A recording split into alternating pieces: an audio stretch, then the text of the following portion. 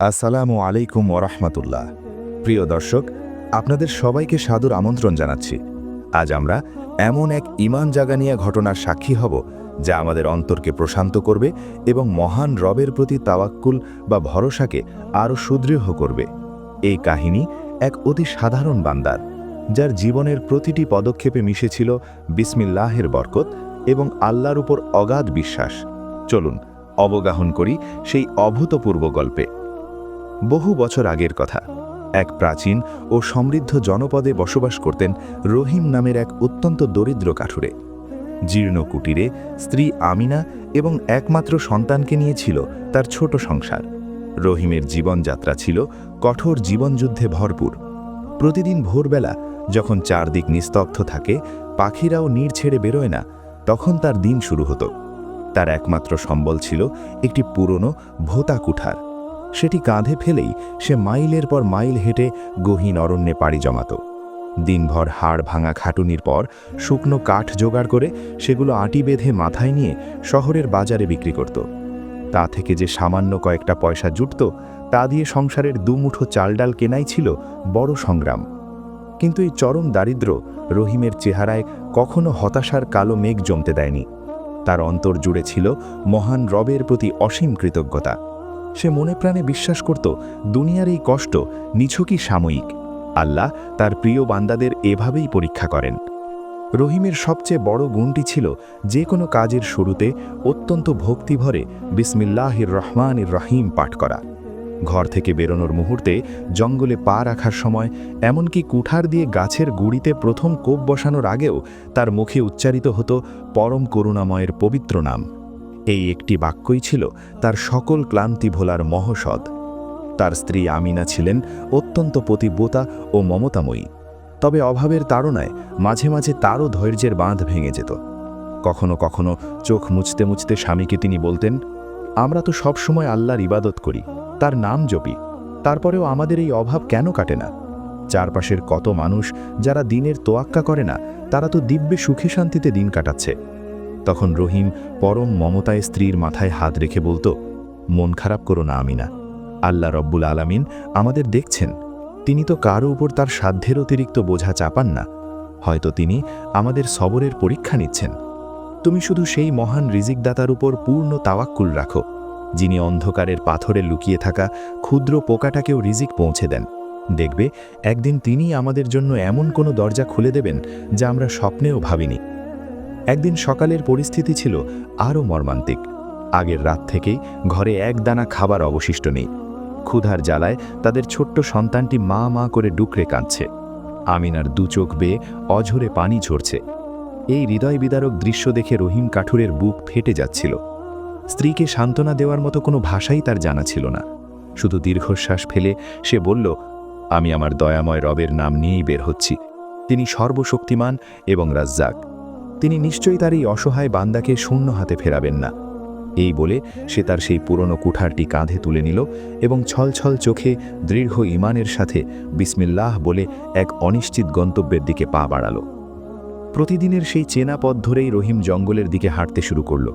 কিন্তু আজ তার হাঁটার গতি ছিল অত্যন্ত মন্থর, আর মনটা ছিল প্রচণ্ড ভারী। ক্ষুধার্ত সন্তানের মুখচ্ছবি আর স্ত্রীর কান্না ভেজা চোখ বারবার তাকে তাড়া করছিল।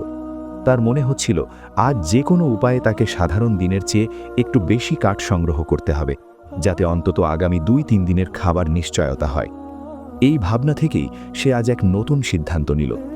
প্রতিদিন তো সে জঙ্গলের বাইরের দিক থেকেই কাঠ কাটে, যেখানে বড় গাছপালা তেমন অবশিষ্ট নেই। সে ভাবল, আজ আরও গহীন জঙ্গলে যাব। সেখানে সাধারণত মানুষের পা পড়ে না। নিশ্চয়ই সেখানে ভালো মানের এবং প্রচুর শুকনো কাঠ পাওয়া যাবে।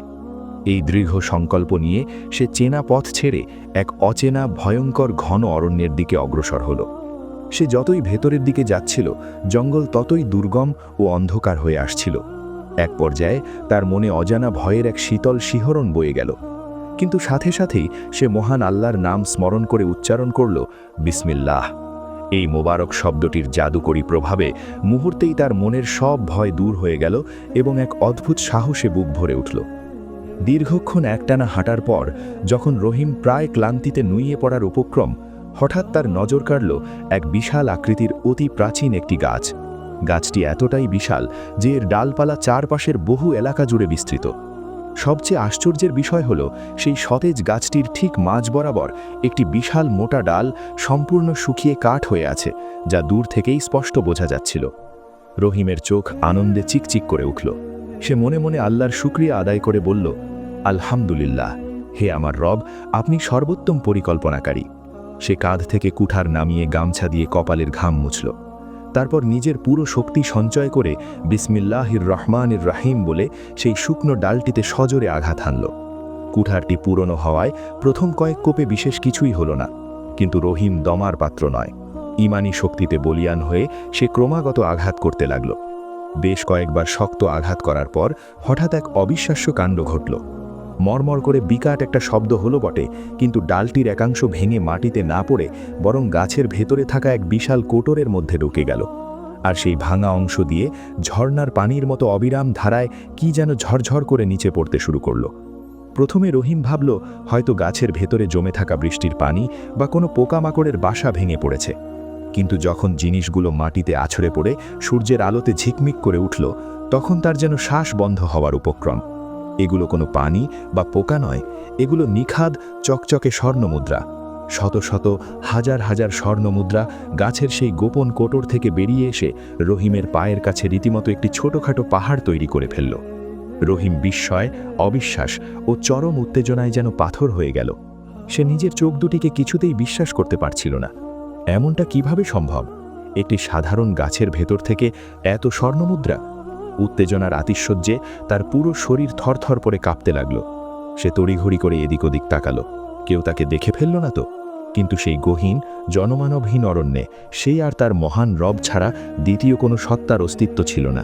স্বর্ণমুদ্রার সেই স্তূপের দিকে অপলক দৃষ্টিতে তাকিয়ে তার মনে হচ্ছিল সে হয়তো কোনো ঘোরের মধ্যে আছে বা স্বপ্ন দেখছে। এক মুহূর্তের জন্য রহিমের মনে হলো স্বয়ং আল্লাহ বুঝি তার চোখের পানি দেখেছেন এবং দোয়া কবুল করেছেন। এই অফুরন্ত সম্পদ তার জীবনের সমস্ত দুঃখ কষ্ট এক নিমিষেই দূর করে দেবে। তার স্ত্রী সন্তানের মুখে হাসি ফুটবে, তাদের আর কখনো অনাহারে দিন কাটাতে হবে না। নতুন জামাকাপড়, সুস্বাদু খাবার আর সমাজের বুকে একটা সম্মানজনক জীবন, সবকিছুই এখন জাদুর মতো তার হাতের মুঠোয়। সম্পদের লোভের এক শীতল স্রোত তার ধমনীতে প্রবাহিত হতে শুরু করল। সে কাঁপা কাঁপা হাতে স্বর্ণমুদ্রাগুলো ছোঁয়ার জন্য হাত বাড়ালো। মুদ্রাগুলোর শীতল স্পর্শ তার আঙ্গুলে লাগতেই সে যেন বিদ্যুৎপৃষ্ট হল। ঠিক সেই মুহূর্তেই তার ভেতরের সুপ্ত ইমানি শক্তি প্রবল বেগে জেগে উঠল। যে ইমান তাকে এতদিন যাবৎ শত কষ্টের মাঝেও সিরাতুল মুস্তাকিমের ওপর অবিচল রেখেছিল, সেই বিবেক তাকে তীব্র ভাষায় ভর্ৎসনা করতে শুরু করল। তার ভেতর থেকে কে যেন বলে উঠল, হে আল্লাহর বান্দা রহিম, তুমি এসব কি করতে যাচ্ছ? এই বিপুল সম্পদ কি সত্যিই তোমার প্রাপ্য? তুমি তো এখানে নিছক কাঠ কাটতে এসেছিলে। এই স্বর্ণমুদ্রাগুলো তো তোমার ঘাম ঝরানো পরিশ্রমের ফসল নয়। রহিমের মনের ভেতরে তখন এক কুরুক্ষেত্র চলছে। একদিকে দুনিয়ার যাবতীয় সুখ স্বাচ্ছন্দ্যের প্রবল হাতছানি, অন্যদিকে মহান আল্লাহর প্রতি ভয়, তাকওয়া এবং অগাধ ভালোবাসা। তার মন যেন দুভাগে চিড়ে গেল। নফস তাকে প্ররোচনা দিচ্ছে, কেউ তো দেখছে না, নিয়ে নাও, তোমার পরিবারকে এই অবর্ণনীয় কষ্ট থেকে মুক্তি দাও। অন্যদিকে ঈমান তাকে সতর্ক করছে, খবরদার, আল্লাহ তো সব দেখছেন। তুমি কি দুনিয়ার এই ক্ষণস্থায়ী সুখের লোভে নিজের মহামূল্যবান ঈমানকে বিক্রি করে দেবে? তুমি কি হারাম উপায়ে পাওয়া সম্পদ দিয়ে তোমার নিষ্পাপ সন্তানদের বড় করবে? যে মুখে তুমি পবিত্র বিসমিল্লাহ উচ্চারণ করো, সেই মুখেই কি হারাম খাবার তুলে দেবে? এই মানসিক দ্বন্দ্ব তাকে প্রায় পাগল করে দিচ্ছিল। সে ধপাস করে মাটিতে বসে পড়ল, দুই হাত দিয়ে নিজের মাথা চেপে ধরে হাউ মাউ করে কেঁদে উঠল। চোখ দিয়ে অঝরে অশ্রু ঝরতে লাগল। সে রবের দরবারে ফরিয়াদ জানালো, হে আমার পালনকর্তা, হে অন্তরসমূহের নিয়ন্ত্রণকারী, আমার অন্তরকে আপনার দ্বীনের ওপর অটল রাখুন। আমাকে অধিশপ্ত শয়তানের ধোঁকা থেকে হেফাজত করুন। নিজের সাথে দীর্ঘক্ষণ এই কঠিন লড়াই চলার পর চূড়ান্তভাবে তার ঈমানই জয়লাভ করল। সে দৃঢ় সিদ্ধান্ত নিল, আমার সৃষ্টিকর্তা যদি আমাকে সচ্ছল করতে চান, তবে তিনি হালাল উপায়েই আমাকে রিজিকের ব্যবস্থা করে দেবেন। আমার এই সন্দেহযুক্ত ও হারাম সম্পদের বিন্দুমাত্র প্রয়োজন নেই। যে আল্লাহ আমাকে এতকাল অনাহারে রেখেও ঈমানের দৌলাত কেড়ে নেননি, তিনি নিশ্চয়ই আমার জন্য এর চেয়েও বহুগুণ উত্তম কোনো ফয়সালা রেখেছেন। এই সংকল্প করার সাথে সাথেই তার মন থেকে যাবতীয় লোভ, ভয় আর অস্থিরতা জাদুর মতো উধাও হয়ে গেল। এক স্বর্গীয় প্রশান্তিতে তার হৃদয় ভরে উঠল। সে উঠে দাঁড়ালো এবং একটি স্বর্ণমুদ্রাও নিজের পকেটে না পুড়ে সবগুলো আবার সেই গাছের কোটরের ভেতরে ঠেলে ঠুকিয়ে দিল। এরপর ভাঙা ডালের অংশটি দিয়ে কোটরের মুখটা আগের মতোই শক্ত করে বন্ধ করার চেষ্টা করল। চারপাশ থেকে মাটি, শুকনো পাতা আর শ্যাওলা জোগাড় করে জায়গাটা এমন নিখুঁতভাবে ঢেকে দিল যেন সেখানে আদৌ কোনো ঘটনাই ঘটেনি। কাজটি সম্পন্ন করে রহিম এক গভীর স্বস্তির নিঃশ্বাস ফেলল। হারাম উপার্জন থেকে নিজেকে বিরত রাখার যে কি এক অদ্ভুত আনন্দ, তা সে আজ জীবনের প্রথমবার মর্মে মর্মে উপলব্ধি করল। ঘরে খালি হাতে ফেরার আশঙ্কায় মনটা সামান্য ভারাক্রান্ত হলেও নিজের ঈমানকে রক্ষা করতে পারার আত্মতৃপ্তিতে তার বুকটা গর্বে ফুলে উঠেছিল। সে আর সেই গাছের দিকে ফিরেও তাকালো না। কিছুটা দূরে গিয়ে অন্য একটি সাধারণ মরা গাছ থেকে কাঠ কেটে আটি বাঁধল। তারপর সেই কাঠের বোঝা কাঁধে তুলে নিয়ে এক প্রশান্ত হৃদয় নিয়ে বাড়ির পথে পা বাড়ালো। সেই দেশের শাসনকর্তা সুলতান মাহমুদ ছিলেন অত্যন্ত ন্যায়পরায়ণ, প্রজাহিতৈষী এবং আল্লাহ ভীরু একজন শাসক। তিনি প্রায়ই রাতের গভীর নিস্তব্ধতায় মহান আল্লাহর ইবাদতে নিমগ্ন থাকতেন এবং দুহাত তুলে নিজের রাজ্যের মানুষের সার্বিক কল্যাণের জন্য দোয়া করতেন। সেদিন রাতে তাহাজ্জুদের নামাজ আদায় করে বিছানায় যাওয়ার পর সুলতান এক অদ্ভুত স্বপ্ন দেখলেন।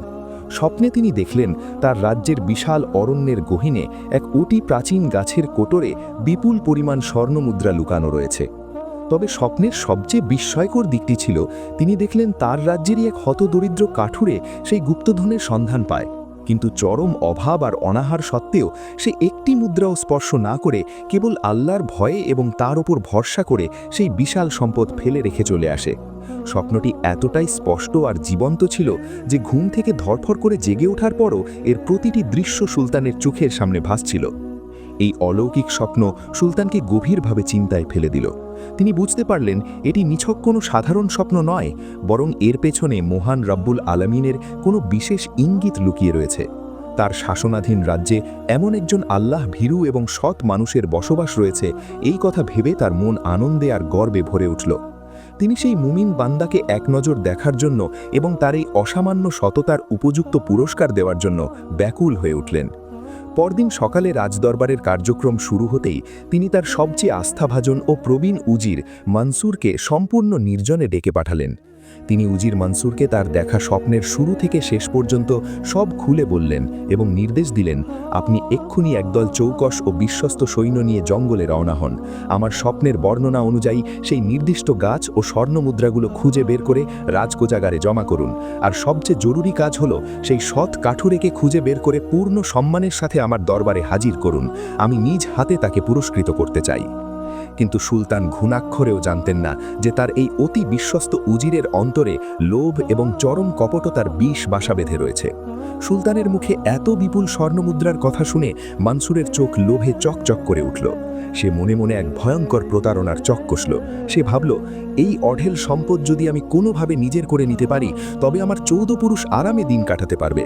সুলতানকে ধোঁকা দিয়ে এমন বড়লোক হওয়ার সুযোগ জীবনে আর দ্বিতীয়বার আসবে না। সে সুলতানের সামনে চরম আনুগত্যের ভান করে মাথা নুইয়ে বলল, জাহাপনা, আপনার হুকুম শিরোধার্য। আপনি বিন্দুমাত্র চিন্তিত হবেন না। আমি নিজে দাঁড়িয়ে থেকে সমস্ত সম্পদ উদ্ধার করে আনব এবং সেই ভাগ্যবান কাঠুরেকেও আপনার কদমে হাজির করব। আপনার মতো একজন ন্যায়নিষ্ঠ শাসকের রাজ্যেই কেবল এমন সৎ প্রজার দেখা সম্ভব। এই বলে উজির মনসুর একদল সৈন্য নিয়ে জঙ্গলের উদ্দেশ্যে যাত্রা করল। সুলতানের দেওয়া নিখুঁত বর্ণনা অনুসরণ করে সেই প্রাচীন গাছটি খুঁজে পেতে তার বেগ পেতে হলো না। সে চালাকি করে সৈন্যদের বেশ কিছুটা দূরে পাহারায় দাঁড় করিয়ে রেখে নিজে একাই গাছের কাছে এগিয়ে গেল। লতা পাতা সরাতেই তার চোখ ছানা বড়া। সত্যিই সেখানে থরে থরে স্বর্ণমুদ্রা সাজানো। সেই সোনার চোখ ধাঁধানো দুটি দেখে তার শ্বাস প্রশ্বাস দ্রুত হয়ে গেল। তার লোভী মন আর কোনো বাধাই মানল না। সে দ্রুত চারপাশটা ভালো করে দেখে নিশ্চিত হলো যে কোনো সৈন্য তাকে নজরদারি করছে না। তারপর সে অতি সন্তর্পণে স্বর্ণমুদ্রাগুলো বের করে নিজের ঢোলা আলখালার নিচে লুকিয়ে ফেলল। আর বাড়ি থেকে সে আগেভাগেই সাধারণ নুড়ি পাথর ভর্তি করে যে থলেটি নিয়ে এসেছিল, ঠিক সেই থলেটি গাছের কোটরে রেখে দিল। তার নিখুঁত পরিকল্পনা ছিল সে ফিরে গিয়ে সুলতানকে বোঝাবে যে স্বপ্নটি সম্পূর্ণ ভিত্তিহীন ছিল, সেখানে কোনো স্বর্ণমুদ্রাই ছিল না। আর যদি কখনো সেই কাঠুরেকে খুঁজেও পাওয়া যায় তবে সে যখন এসে গাছের ভেতর পাথরের থলে পাবে তখন সে নিজেই হতাশ হয়ে ফিরে যাবে এবং দুনিয়ার সবাই তাকে একটা আস্ত মিথ্যুক ভাববে। এভাবেই এক ঢিলে দুই পাখি মারার চতুর পরিকল্পনা সাজিয়ে সে রাজপ্রাসাদের দিকে রওনা হলো। এদিকে রহিম কাঠুরে যখন খালি হাতে কেবল এক বোঝা সাধারণ শুকনো কাঠ নিয়ে নিজের ভাঙা কুটিরে ফিরল, তখন তার স্ত্রী আমিনা সারাদিনের চরম উৎকণ্ঠা নিয়ে দরজায় অপেক্ষায় ছিল।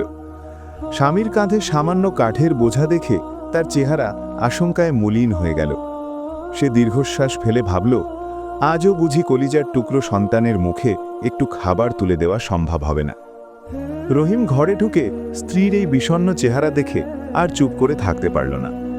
সে তাকে পাশে বসিয়ে জঙ্গলের সেই অলৌকিক ঘটনা, স্বর্ণমুদ্রা খুঁজে পাওয়া থেকে শুরু করে আল্লাহর ভয়ে তা সযতনে ফিরিয়ে দেওয়া পর্যন্ত প্রতিটি কথা খুলে বলল। সবকিছু শুনে আল্লাভীরু স্ত্রী আমিনা প্রথমে দারুণ অবাক হলেও পরক্ষণেই তার মুখমণ্ডল ঈমানি দীপ্তিতে উজ্জ্বল হয়ে উঠল। সে স্বামীর হাত শক্ত করে ধরে বলল, আপনি একদম সঠিক সিদ্ধান্ত নিয়েছেন। আমাদের এমন সন্দেহজনক বা হারাম সম্পদের কোনোই দরকার নেই। যে মহান আল্লাহ এতগুলো বছর আমাদের দেখভাল করেছেন, তিনিই কোনো না কোনো হালাল রিজিকের ফয়সালা করবেন। আপনার এই সততা এবং ঈমানি দৃঢ়তার জন্য আমি সত্যি খুব গর্বিত। আমাদের না খেয়ে ধুকে ধুকে মরতে হলেও আমরা কখনো হারাম পথে পা বাড়াবো না। স্ত্রীর এই উৎসাহবঞ্জক কথায় রহিমের মন থেকে বেঁচে থাকা শেষ দ্বিধাটুকুও সম্পূর্ণ মুছে গেল এবং সে এক অনাবিল মানসিক প্রশান্তি অনুভব করল।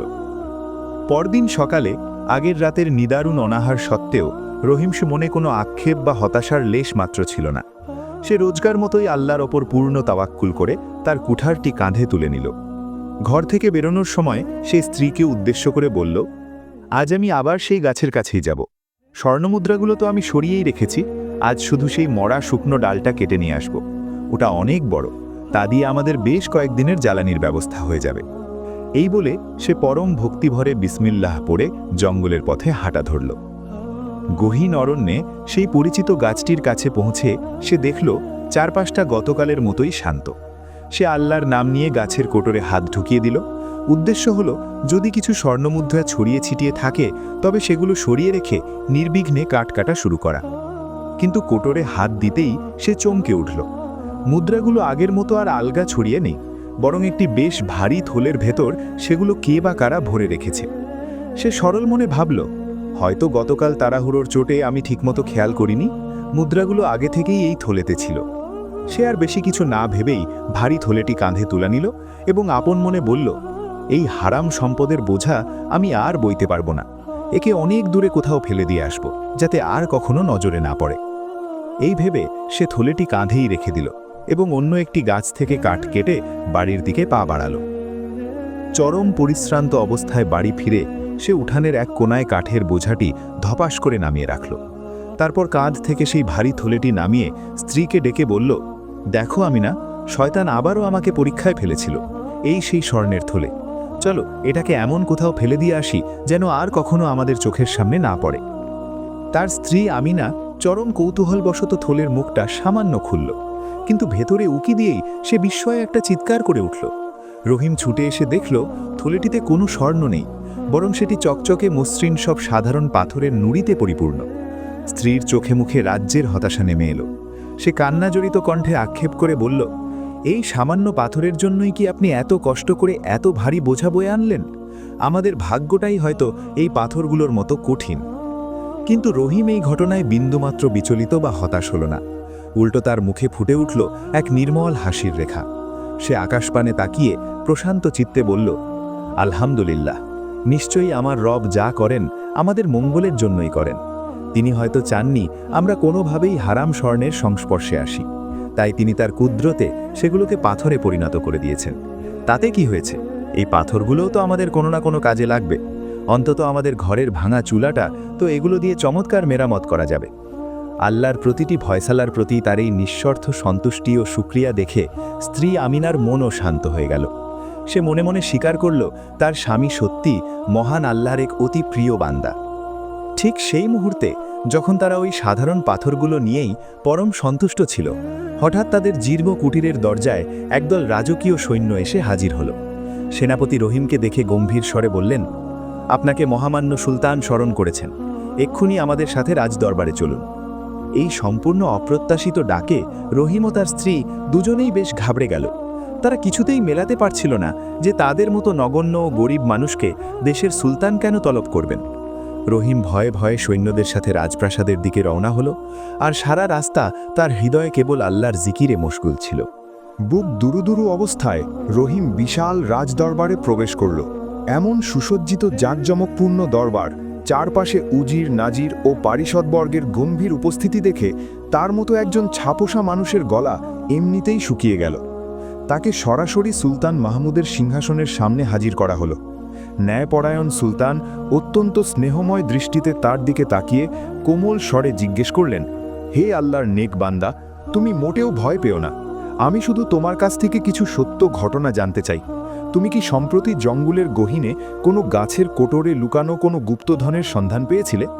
রহিম মনে মনে ভাবল, হয়তো ওই সম্পদের আসল মালিক স্বয়ং সুলতান, এবং সে বিষয়টি রাজদরবারে না জানানোর অপরাধে আজ কঠিন শাস্তির সম্মুখীন হতে যাচ্ছে। কিন্তু তারপরেও সে মিথ্যা বলার কথা ঘুণাক্ষরেও চিন্তা করতে পারল না। সে হাত জোড় করে শুরু থেকে শেষ পর্যন্ত সমস্ত ঘটনা, স্বর্ণমুদ্রা পাওয়া, আল্লাহর ভয়ে তা ফেলে আসা এবং পরদিন গিয়ে পাথরের থলে পাওয়া, সব কিছু অকপটে সুলতানের সামনে বর্ণনা করল। তার এই সহজ সরল স্বীকারোক্তি শুনে উপস্থিত সবাই হতবাক হয়ে গেল। সুলতান তখন তার সেই লোভী উজির মনসুরের দিকে কঠোর দৃষ্টিতে তাকালেন, যে এতক্ষণ অত্যন্ত আত্মবিশ্বাসের সাথে একপাশে বুক ফুলিয়ে দাঁড়িয়েছিল। সুলতান তাকে আদেশ দিলেন, উজির মনসুর, আপনি যে থলেটি জঙ্গল থেকে উদ্ধার করে রাজকোষাগারে জমা দিয়েছেন বলে দাবি করেছেন, সেটি এখনই সবার সামনে এখানে নিয়ে আসুন। উজিরের বুকটা মুহূর্তের জন্য ছ্যাঁত করে উঠলেও সে নিজেকে সামলে নিল। সে মনে মনে হাসল, আমার থলেতে তো খাঁটি স্বর্ণই আছে, আর এই বোকা কাঠুরে তো সবার সামনে নিজেই স্বীকার করল যে সে পাথর পেয়েছে। সুতরাং আমার তো ভয়ের কোনো কারণই নেই। সে চরম অহংকারের সাথে রাজকোষাগার থেকে আনা সেই থলেটি সুলতানের সামনে এনে রাখল। সুলতান এবার রহিমকে বললেন, এখন তুমি তোমার জঙ্গল থেকে পাওয়া সেই পাথরের থলেটি খোলো। রহিম কাঁপা কাঁপা হাতে তার সাথে বয়ে আনা সেই নুড়ি পাথরের থলেটির মুখ খুলল। কিন্তু থলের ভিতর থেকে যা বেরিয়ে এলো তা দেখে শুধু রহিম নয়, পুরো রাজদরবারের সমস্ত মানুষ বিস্ময়ে আক্ষরিক অর্থেই বোবা হয়ে গেল। থলেটি কোনো পাথর দিয়ে নয়, বরং শত শত উজ্জ্বল ঝকঝকে খাঁটি স্বর্ণমুদ্রায় কানায় কানায় পূর্ণ। রহিম নিজের চোখ দুটিকে বিশ্বাস করতে পারছিল না। এমন অলৌকিক ঘটনা কিভাবে সম্ভব? সে তো নিজ চোখে স্পষ্ট দেখেছিল এগুলো নিছক পাথর ছিল। এবার সুলতান উজিরকে কড়া নির্দেশ দিলেন তার আনা থলেটি খোলার জন্য। উজিরের মুখ ততক্ষণে অজানা ভয়ে ফ্যাকাশে হয়ে গেছে। সে যখন কাঁপতে কাঁপতে থলের মুখটা খুলল, তখন উপস্থিত সবাই সবিস্ময়ে দেখল তার থলে থেকে স্বর্ণমুদ্রার বদলে ঝরঝর করে মাটিতে গড়িয়ে পড়ছে অতি সাধারণ সব পাথরের টুকরো। পুরো ঘটনাটি মুহূর্তের মধ্যে দিনের আলোর মতো সবার কাছে স্পষ্ট হয়ে গেল। মহান রব্বুল আলামিনের অসীম কুদরতে এক অবিশ্বাস্য মোজেজা সংঘটিত হয়েছে। যখন রহিম কাঠুরে কেবল আল্লাহর ওপর তাওয়াক্কুল করে হারামকে প্রত্যাখ্যান করেছিল এবং পাথর পেয়েও রবের শুকরিয়া আদায় করেছিল, তখন আল্লাহ রব্বুল আলামিন তার সততার সর্বোচ্চ পুরস্কার স্বরূপ সেই পাথরগুলোকে খাঁটি স্বর্ণে রূপান্তরিত করে দিয়েছেন। আর অন্যদিকে উজির মনসুর যখন চরম লোভের বশবর্তী হয়ে প্রতারণার আশ্রয় নিয়েছিল, তখন আল্লাহ তার চুরি করা স্বর্ণগুলোকে মূল্যহীন পাথরে পরিণত করে তার ঘৃণ্য রূপ সবার সামনে উন্মোচিত করে দিয়েছেন। সত্য উন্মোচিত হওয়ার পর উজির মনসুর সুলতানের পায়ে আছড়ে পড়ে প্রাণ ভিক্ষা ও ক্ষমা চাইতে লাগল। কিন্তু ন্যায়পরায়ণ সুলতান তার এই জঘন্য রাষ্ট্রীয় প্রতারণার জন্য তাকে কঠোর শাস্তি প্রদান করলেন। তাকে উজির পদ থেকে তাৎক্ষণিক বরখাস্ত করে অন্ধকার কারাগারে নিক্ষেপ করা হলো। এরপর সুলতান মাহমুদ নিজের সিংহাসন থেকে নেমে এসে সেই হতদরিদ্র কাঠুরের রহিমের কাঁধে পরম মমতায় হাত রাখলেন। তিনি আবেগ আপ্লুত কণ্ঠে বললেন, হে আল্লাহর প্রিয় বান্দা রহিম, তোমার সুদৃঢ় ঈমান, তোমার অসীম ধৈর্য এবং রবের ওপর তোমার এই অবিচল তাওয়াক্কুল দেখে আমি সত্যিই অভিভূত। এই বিপুল সম্পদের প্রকৃত হকদার তুমি। স্বয়ং আল্লাহ রাব্বুল আলামিন তোমাকে এর জন্য মনোনীত করেছেন। এই সম্পদ তুমি নির্দ্বিধায় গ্রহণ করো। এটা তোমার সততার দুনিয়াবি পুরস্কার। সুলতান নিজ হাতে সেই স্বর্ণমুদ্রা ভর্তি থলেটি রহিমের হাতে তুলে দিলেন। রহিম আর নিজের আবেগ ধরে রাখতে পারল না। সে অঝরে কাঁদতে কাঁদতে সেজদায় লুটিয়ে পড়ে মহান আল্লাহর শুকরিয়া আদায় করল। তার চোখ থেকে ঝরে পড়া প্রতিটি অশ্রুকণা যেন পরম করুণাময়ের প্রতি বিনম্র কৃতজ্ঞতা প্রকাশ করছিল। সে সেদিন আরও গভীরভাবে উপলব্ধি করল, বিসমিল্লাহ বলে শুরু করা কোনো হালাল কাজে এবং আল্লাহর ওপর পূর্ণ ভরসা রাখলে কখনো কারো অমঙ্গল হতে পারে না। সেই আনন্দের দিনটি থেকে রহিমের জীবনের সকল দুঃখ, কষ্ট আর দারিদ্র্য চিরতরে ঘুচে গেল। সে রাজ্যের এক অত্যন্ত ধনী এবং সম্মানিত ব্যক্তিতে পরিণত হল। কিন্তু এই বিপুল ধন সম্পদ তার ভেতরের ঈমান, তাকওয়া এবং বিনয়কে এক বিন্দু পরিমাণও টলাতে পারেনি।